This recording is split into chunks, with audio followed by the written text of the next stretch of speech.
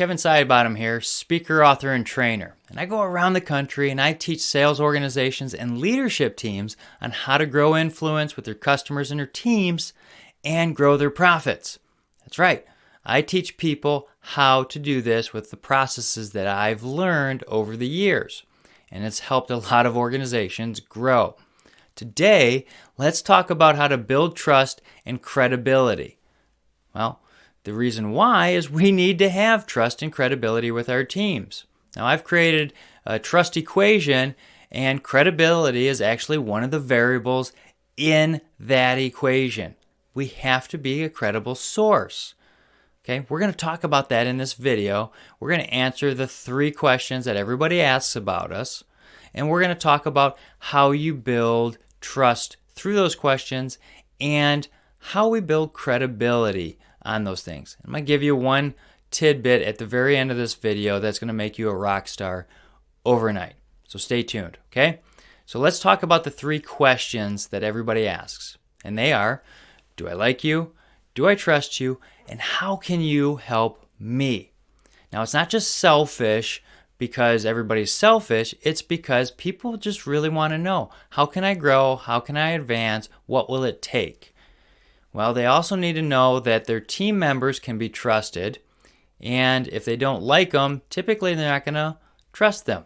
Just like in sales, if someone doesn't like you, they're not buying from you. Okay, if you're too aggressive for somebody, and they walk out the door because they're like, wow, that guy was too pushy. Okay, we need to make sure that we're likable and build trust. Well, we need to make sure what colors we're wearing, what perfumes we're wearing, what the environment is. Those all go into this. We also need to make sure that we're taking good notes on people.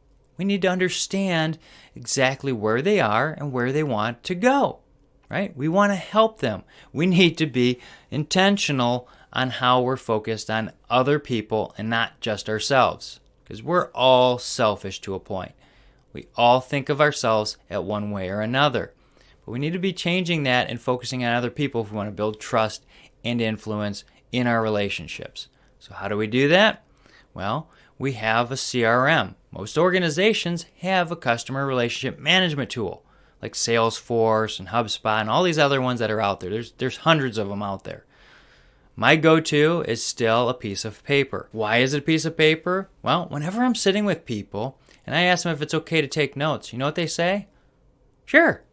Yeah, great.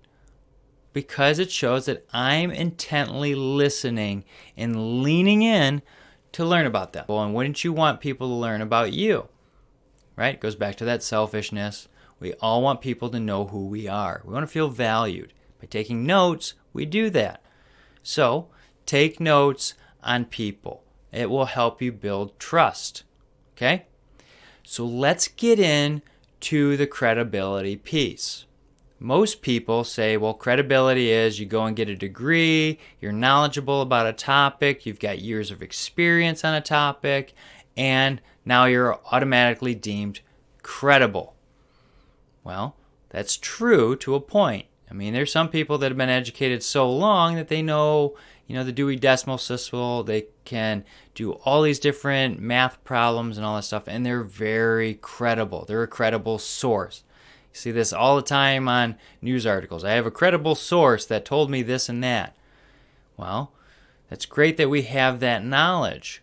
But there's one other way that we can actually build credibility. And I call it being the bridge. That's right. I literally learned this when I first got into sales and I was down in Florida. And I was actually helping people build bridges. And I'd have one customer say, hey, I'm looking at buying this product. What do you know about it? And I'd ask them, well, why do you think I know about it? Well, you were an electrical engineer. Well, that doesn't deem that I know everything about every software ever made. What I was doing is saying, well, hey, you know what? So-and-so over here actually knows it. So I was actually taking this person here that had the question, linking them to this person, and they built bonds. And they would talk, and I would ask that person, hey, do you mind giving this person a call down here? Because they're looking at this software. They don't really know much about it. Can you help guide them on some of the issues you've had and why you like it and so on and forth? And you know what happened? They built bonds. And then they started talking. And when they became my customers, they got to see each other. They built even stronger bonds. You know what happened for me? And I didn't even know this was going to happen, is I became a credible source. Because then all these customers started asking me more and more questions about different topics because they knew I was LinkedIn and I could help them. I instantly gained credibility. And I was able to use that when I was meeting with new people of, hey, if you need a credible source on this, go talk to this person. If you need this, go talk to this person. All these things help build credibility. So you don't have to be the utmost, scholared person. You can actually be the bridge, and it benefits everybody. Okay?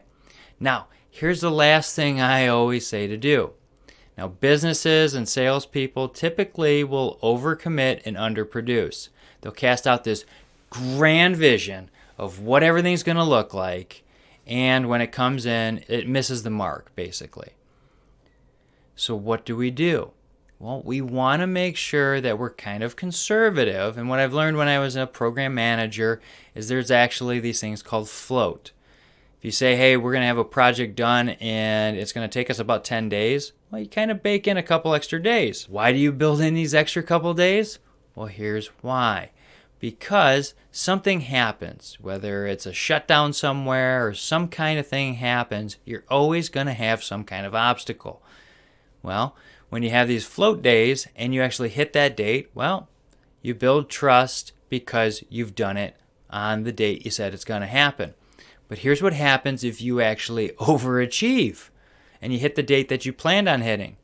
Well, now you're a rock star, right? We're a rock star with our customers or our team members because we hit a date earlier, instantaneous, and it's simple. Now, I warn you, you don't just go there and be so ultra conservative that you actually don't commit to any days. You actually commit to something and you action it and hit that date. That's what we need to be doing. Okay? If you have any questions about this video, reach out. I got contacts below. Be glad to talk to you and see how I can help you. Now, if you like this video and it adds some value, hit like, share, subscribe, get it out to other people so it helps them that you think might be helped. Okay? That's it for now. We'll see you next time.